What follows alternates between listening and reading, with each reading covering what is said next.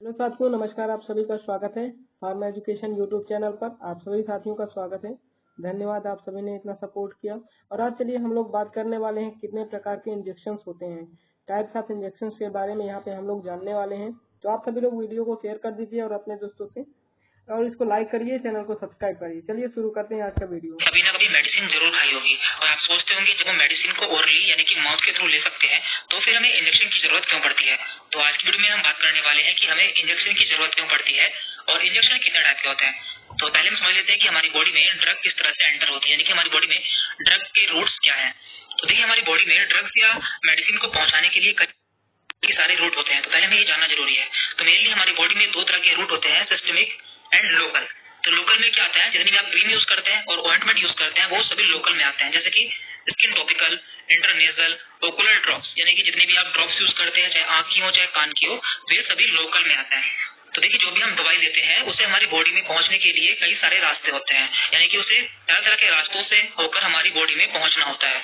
तो यहाँ पर उसी के बारे में बताया गया है। तो मेनली दो तरह के रास्ते होते हैं, एंट्रल एंड पेरेंट्रल। अब इनमें अंतर क्या है। तो देखिए, एंटर का मतलब होता है यहाँ पे इंटेस्टाइन। इंटेस्टाइन मीन्स हमारी आंत, यानी कि जो भी दवाइयां हमारी आंत में होकर गुजरती हैं, यानी कि पहले वो हमारी आंत में जाएंगी फिर हमारे ब्लड में जाएंगी, तो उन दवाइयों को एंट्रल के अंदर रखा गया है। तो इसमें कई सारी कैटेगरी है, जैसे कि ओरल। ओरल ऐसी दवाइयां होती हैं जो कि हम अपने मुंह से लेते हैं। आप बहुत सी मेडिसिन अपने मुंह से लेते होंगे, वो सभी ओरल में आती है। इसके बाद है सबलिंगुअल, यानी कि कुछ दवाई हम अपनी जीभ के नीचे रखते हैं, उन्हें सबलिंगुअल कहते हैं। एंड रेक्टल, और कुछ दवाई हमें रेक्टम के थ्रू या फिर एनस के थ्रू दी जाती है, उन्हें रेक्टल कहा जाता है। देन इसके बाद है यहाँ पर पैरेंट्रल। तो इसका मतलब क्या है। तो देखिए, यहाँ पे है पर प्लस एंट्रल, यानी कि यहाँ पर इंटेस्टाइन को बाईपास कर दिया जाता है, यानी कि मेडिसिन इंटेस्टाइन या फिर हमारे पेट में नहीं जाती है, सीधे हमारे ब्लड में जाती है। तो इसमें कौन कौन सी कैटेगरी है। इसमें पहली कैटेगरी है इनहेलेशन, यानी कि ऐसी मेडिसिन जिन्हें हम इनहेल करते हैं। आपने अस्थमा के पेशेंट में देखा होगा कि वो इनहेलर का यूज करते हैं, जिसमें वो मेडिसिन को खींचते हैं, तो वो सीधे हमारे ब्लड में जाती है। इसके बाद यहाँ पर इंजेक्शन, तो जिसे हम पढ़ने वाले हैं। तो सभी इंजेक्शन पैरेंट्रल में आते हैं, क्योंकि ये सभी हमारे सीधे ब्लड में जाते हैं। तो इंजेक्शन कितने टाइप के होते हैं वो भी यहाँ पे दिया हुआ है। Intravenous, intramuscular, subcutaneous, intra-arterial, intra-articular, intrathecal and intradermal. तो इनमें से जो ज्यादा यूज होते हैं उन्हीं के बारे में जानने की कोशिश करेंगे। तो देखिए, मेनली हम चार तरह के इंजेक्शन यूज करते हैं, intramuscular, subcutaneous, intravenous and intradermal. तो इसे समझने से पहले हमें स्किन के बारे में जानना होगा कि स्किन में कौन कौन सी लेयर होती है। यहाँ पे हमने स्किन की लेयर का डायग्राम लिया है, जिससे आप इसे अच्छे से समझ जाए। तो देखिए, हमारी त्वचा में कुछ लेयर पाई जाती है। तो सबसे ऊपर होती है एपिडर्मिस। तो ये वो लेयर होती है जिसे आप अपने हाथ से छू सकते हैं और दिख सकते हैं, और इसमें मेलानोसाइट पाई जाती है, जिसके कारण हमारी बॉडी का रंग फिक्स होता है। इसके नीचे होती है डर्मिस। तो देखिए, डर्मिस में क्या होता है। डर्मिस में हमारे हेयर फॉलिकल्स, यानी कि हमारे बाल पाए जाते हैं, हमारी स्वेट ग्लैंड पाई जाती है, हमारी ब्लड वेसल भी इसमें पाई जाती है, जैसे कि आर्टरी, वेन, सब इसी में पाई जाती है, और हमारी नर्व्स भी इसी में पाई जाती है। इसके नीचे होता है सब क्यूटेनियस टिश्यू। तो इसमें क्या होता है। तो यहाँ पर फैट पाया जाता है, यानी कि एडिपोज टिश्यू पाया जाता है। और इसके नीचे होती है मसल्स, यानी कि मसल सबसे नीचे होती है। सबसे ऊपर एपिडर्मिस, देन डर्मिस, देन सब क्यूटेनियस टिश्यू एंड लास्ट में है यहाँ पर मसल।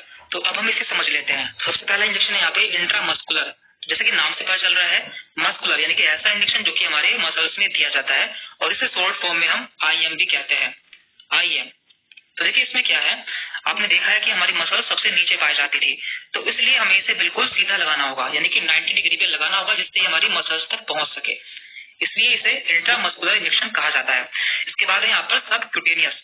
तो आपने देखा था हमारी जो लास्ट लेयर है, यानी कि मसल्स है, उसके ऊपर एक लेयर पाई जाती है, जिसे हम कहते हैं सबक्यूटेनियस, जिसमें कि हमारा फैटी टिश्यू होता है, यानी कि हमारा फैट कहा जाता है।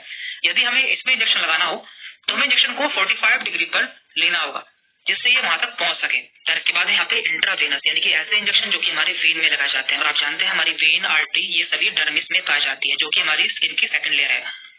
तो देख पा रहे हैं आप, यदि हमें इसमें लगाना होगा तो हमें इंजेक्शन को थोड़ा सा टेढ़ा करना होगा, यानी कि 25 डिग्री पर लेना होगा, तभी वो हमारी उस लेयर तक पहुंच पाएगा। एंड लास्ट है यहाँ पे इंट्राडर्मल। तो डर्मल का मतलब है यहाँ पे इपीडर्मल। इपीडर्मल यानी कि हमारी स्किन की सबसे ऊपर की लेयर। यदि हमें इसमें लगाना होगा तो हमें इंजेक्शन को बिल्कुल इस तरह से लगाना होगा, यानी कि 10 से 15 डिग्री पर लगाना होगा, जिससे वो उसमें पहुंच सके। अब आप सोच रहे होंगे कि ये इंजेक्शन इस तरह से क्यों लगाए जाते हैं। तो देखिए, इन सभी इंजेक्शन के अपने अपने रोल होते हैं। जैसे कि मान लीजिए किसी को एंटीबायोटिक देनी है या फिर वैक्सीन देनी है, तो मैक्सिमम वैक्सीन जो है हमारी मसल्स में लगाई जाती हैं। तो ऐसी कंडीशन में हम उसे इंट्रामस्कुलर इंजेक्शन लगाएंगे। या फिर किसी को इंसुलिन लगानी है, तो ऐसी कंडीशन में हम उसे सबक्यूटेनियस इंजेक्शन देंगे, या फिर हमें किसी का एलर्जी टेस्ट करना है या किसी मेडिसिन की टेस्टिंग करनी है तो हम उसे इंटरडर्मल देंगे, यानी कि हम उसकी स्किन में चेक करेंगे। तो इस तरह से इंजेक्शन लगाया जाता है। अब हम इनके बारे में बारी बारी से जान लेते हैं। तो आज हम बात करेंगे इंट्रामस्कुलर इंजेक्शन यानी कि आईएम की, यानी कि ऐसे इंजेक्शन जो कि हमारे मसल्स में लगाया जाता है। बाकी इंजेक्शन के बारे में हम अगली वीडियो में जान लेंगे। तो देखिए, ये इंजेक्शन हमेशा 90 डिग्री पर लगाए जाते हैं, जिससे ये हमारी मसल्स तक पहुंच सके, क्योंकि आप जानते हैं हमारी मसल्स बिल्कुल नीचे पाई जाती है, यानी कि हमारी स्किन के नीचे पाई जाती है। अब हम जान लेते हैं कि ये इंजेक्शन कहाँ पर लगाया जाता है और किस किस कंडीशन में लगाया जाता है। तो देखिए, आप इन्हें पहचानेंगे कैसे? तो देखिए, जो इंजेक्शन के वायल होते हैं उन पे लिखा रहता है, जैसे कि यहाँ पे लिखा है फॉर इंट्रामस्कुलर यूज ओनली, यानी कि ये इंजेक्शन केवल इंट्रामस्कुलर यानी कि आईएम के लिए है। इसके अलावा यहाँ पे भी लिखा हुआ है आईएम और आईवी यूज ओनली, यानी कि इस इंजेक्शन को हम आईएम या फिर आईवी दोनों तरह से यूज कर सकते हैं। तो देखिए, हमारी बॉडी में इंजेक्शन लगाने के लिए कुछ साइट होती है, यानी कि हम इंजेक्शन को हर जगह नहीं लगा सकते, इनकी कुछ पर्टिकुलर साइट होती है जहाँ पे हमें लगाना चाहिए। तो ऐसे ही इंट्रामस्कुलर की भी है। तो इंट्रामस्कुलर की मेनली दो साइट होती है। पहली है डेल्टोइड मसल, जो कि हमारी कंधे की मसल होती है, और यहाँ पर हम इंजेक्शन को लगा सकते हैं। तो इससे हम और अच्छे से समझ लेते हैं। तो देखिए, ये है हमारी डेल्टोइड मसल, जो कि हमारे कंधे पे होती है और हमारे अपर आर्म में होती है। तो यदि हम अपनी दो उंगली इस तरह से रखते हैं तो जो नीचे का एरिया होता है, ये पिरामिड होता है, इसमें हम इंजेक्शन लगाते हैं। तो आपने देखा होगा जितनी वैक्सीन आजकल लग रही है कोरोना वाली, वो सभी इसी में लग रही है, क्योंकि ये हमारा इंट्रामस्कुलर इंजेक्शन यानी कि आईएम है।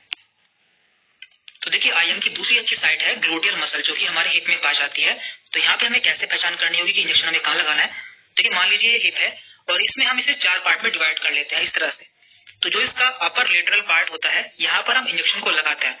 तो हमेशा यहाँ पर हम इंजेक्शन की 2/3 नीडल को ही एंटर करते हैं। देखिए, इंजेक्शन हमें बहुत सावधानी से लगाना चाहिए, क्योंकि हमारी बॉडी में नर्व पाई जाती है। यदि गलती से नर्व में इंजेक्शन लग गया तो हमारी बॉडी में प्रॉब्लम हो सकती है। जैसे कि आप देख सकते हैं यहाँ पे हमारे ग्लूटियल मसल में एक नर्व पाई जाती है जिसका नाम है सियाटिक नर्व, जो इस तरह से नीचे जाती है। यदि गलती से इसमें इंजेक्शन लग जाता है तो हमारी जो टांग है वो पैरालाइज हो सकती है। तो इसलिए हमें बहुत सावधानी से इंजेक्शन लगाना चाहिए। अब हम जान लेते हैं कि आईएम का यूज कब कब किया जाता है, यानी कि इंट्रामस्कुलर इंजेक्शन कब कब दिया जाता है। तो यदि किसी को एंटीबायोटिक्स दी जाती है, जैसे कि पेनिसिलिन, स्ट्रेप्टोमाइसिन, तो हम आईएम का यूज करते हैं। इसके अलावा यदि किसी को वैक्सीन दी जाती है तो उस कंडीशन में भी आईएम का यूज किया जाता है। और इसके अलावा यदि किसी को हार्मोनल थेरेपी दी जाती है, जैसे कि टेस्टोस्टेरोन दिया जाता है, तब भी हम आईएम का यूज करते हैं। तो इस वीडियो में हमने आईएम के बारे में जान लिया है। अब हम ये भी जान लेते हैं कि एंट्रल और पेरेंट्रल में अंतर क्या होता है। देखिए, एंट्रल का मतलब होता है ऑफ इंटेस्टाइन, यानी कि ऐसे मेडिसिन जो कि हमारे इंटेस्टाइन के थ्रू हमारी बॉडी में जाती है, वो सभी एंट्रल रूट में आती है। जबकि ऐसी मेडिसिन जो कि हमारे ब्लड के थ्रू हमारी बॉडी में एंटर करती है, यानी कि सीधे हमारे ब्लड में ही जाती है, वो पेरेंट्रल होती है, यानी कि बियॉन्ड इंटेस्टाइन। और यहाँ पे दिया हुआ है, तो देखिए, ये जो होती है ये स्लो एक्टिंग होती है, यानी कि हमारी बॉडी में धीरे धीरे पहुंचती है, क्योंकि आप जानते हैं इन्हें पहले हमारे पेट में जाना होता है, उसके बाद ही हमारे ब्लड में जाती है। जबकि पेरेंट्रल जो होती है ये फास्ट एक्टिंग होती है, यानी कि ये सीधे हमारे ब्लड में चली जाती है। और जो पेरेंट्रल मेडिसिन है वो मैक्सिमम इमरजेंसी में यूज की जाती है। और इसके अलावा जो एंट्रल रूट की मेडिसिन होती है, इनकी बायो अवेलेबिलिटी काफी कम होती है, यानी कि यदि हम इसे 10 mg लेंगे, मान लीजिए किसी ने 10 mg कोई गोली ली, तो वो हमारे ब्लड में जाकर 4 या 5 mg ही पहुंचेगी, बाकी हमारे पेट में खत्म हो जाएगी। जबकि पेरेंट्रल रूट में क्या होता है, यदि किसी ने 10 mg का इंजेक्शन लिया तो वो उसके ब्लड में 10 mg ही पहुंचेगा, क्योंकि वो सीधा ही उसके ब्लड में जा रहा है। तो ये इनमें अंतर है। तो इस वीडियो में इतना ही था। इस वीडियो में हमने देख लिया आईएम के बारे में, बाकी इंजेक्शन हम अगली वीडियो में देख लेंगे। Thank you.